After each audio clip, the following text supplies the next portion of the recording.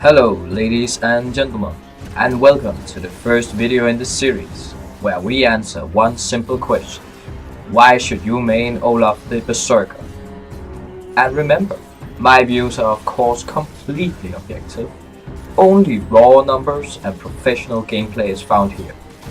This will be my first video, so if you would consider dropping a like and subscribe, it would be great. Thanks in advance. Alright, let's get started.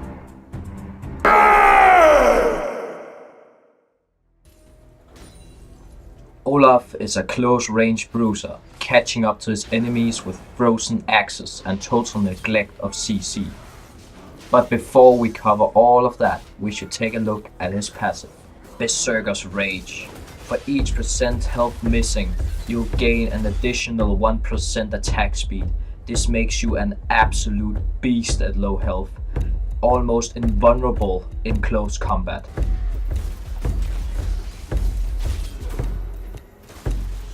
Well, almost invincible. This brings us to one of Olaf's signature abilities, Undertow. This enables you to throw glacial axes at your enemies. In addition to slowing and ripping them apart, you can pick up the axe to reduce its cooldown considerably, making it an excellent tool for gap closing and poking all throughout the game.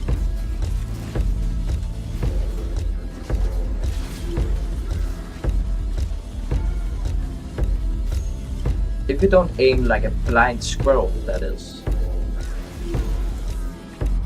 Now to Vicious Strikes. I think this is very underrated ability. Low key, this attack speed and lifesteal steroid is amazing. First of all, it fits great in the kit, synergizing with the passive and ultimate. The numbers are ridiculously favorable and makes Olaf plow through his enemies, cleaving everything in sight with greatest of ease. Furthermore, at max rank, the attack speed can be as high as 95% additional attack speed, which makes out for some incredible moments. Such as this high skill auto attack gameplay only a master tier could actually pull off.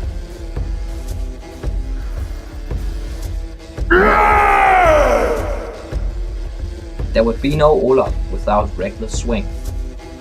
It is truly reckless, as he damages both himself and the enemy with true damage, striking deep and dealing high damage with low cooldown, and with every auto attack the cooldown gets a little lower.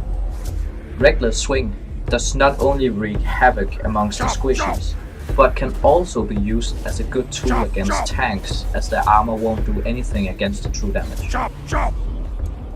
And now to Olaf's ultimate, Ragnarok. When activated, he becomes temporarily immune to all crowd control, gaining additional attack damage and movement speed towards enemy champions.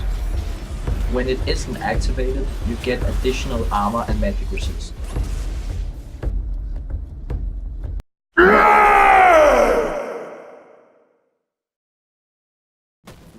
It doesn't matter if you are new or a veteran Olaf player, you have to follow 3 rules. The first rule is Dragonborn, as you need to kill all dragons as they spawn, no matter the cost, preferably alone, so you can absorb its soul and become stronger. Now to the second rule, and this is of great importance: destroy the posers.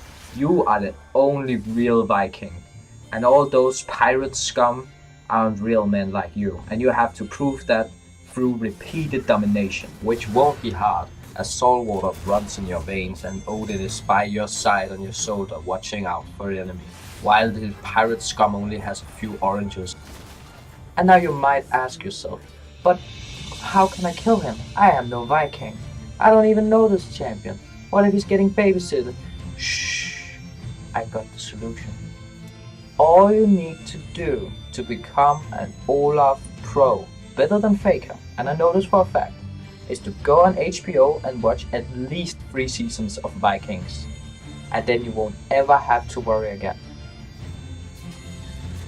In addition to this, You can, in some extreme cases, if you want to improve your gameplay even more, play the introductory song "If I Had a Heart" from the show on repeat while playing Olaf. And then even if you have an AFK and a feeding team, you will still win. It's that broken, but don't tell anybody.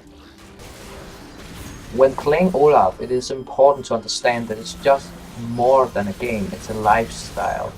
And this brings us to the third rule: Viking warfare. In order to become a true Viking raider, you have to use all of the knowledge you acquired through the first few seasons of Viking. First of all, we have to destroy a lot of the towers to weaken their defenses. I'm gonna be honest with you. Being a raider is only fun in games to some extent. At some point you have to do some boring labor, and that is to fell down some trees so you can build new boats, because for some reason one of those Vikings, and you know who, messed up and ran his boat right onto the rocks. But this won't prove to be any issue whatsoever, as Maokai comes up and offers his body for free lumber at multiple occasions. Although there are a lot of good pines in the wood, I would suggest you only get your lumber from Maokai, as he replenishes himself and you can save the world by using reusable energy. Yeah!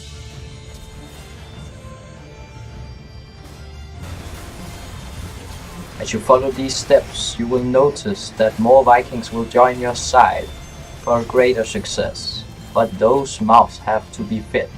So, you'll also have to kill Alistar the cow for sweet beef. Uncooked, of course. For some reason, Alistar levitates towards you, making it incredibly easy for you to kill him. Once again, the axes prove pretty useful. You wander around with an empty stomach, the tender beef long gone, but you're lucky. You step on the vines of the living vegetable, Syra, and she would make an excellent stew.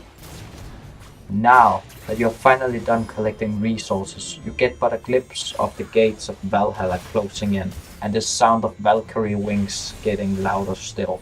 All you have to do to win glory and honor forevermore is to fight everybody, run in the middle, and don't expect anything but death.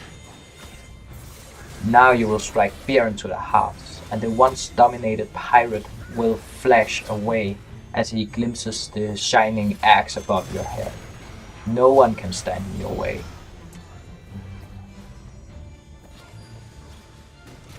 If you were ever to retreat, it must be in order to trap the enemy, and together with your allies make them bleed.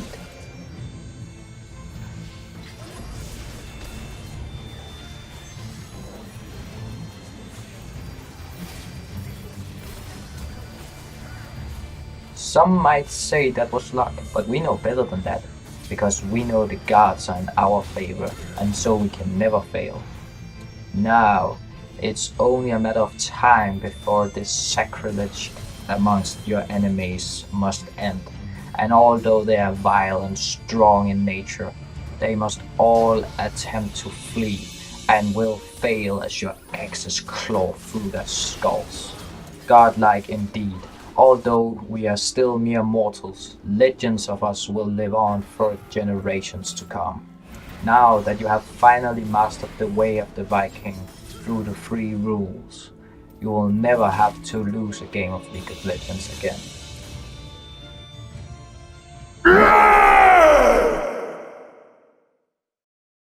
If you were to consider playing Olaf, I would surely recommend it.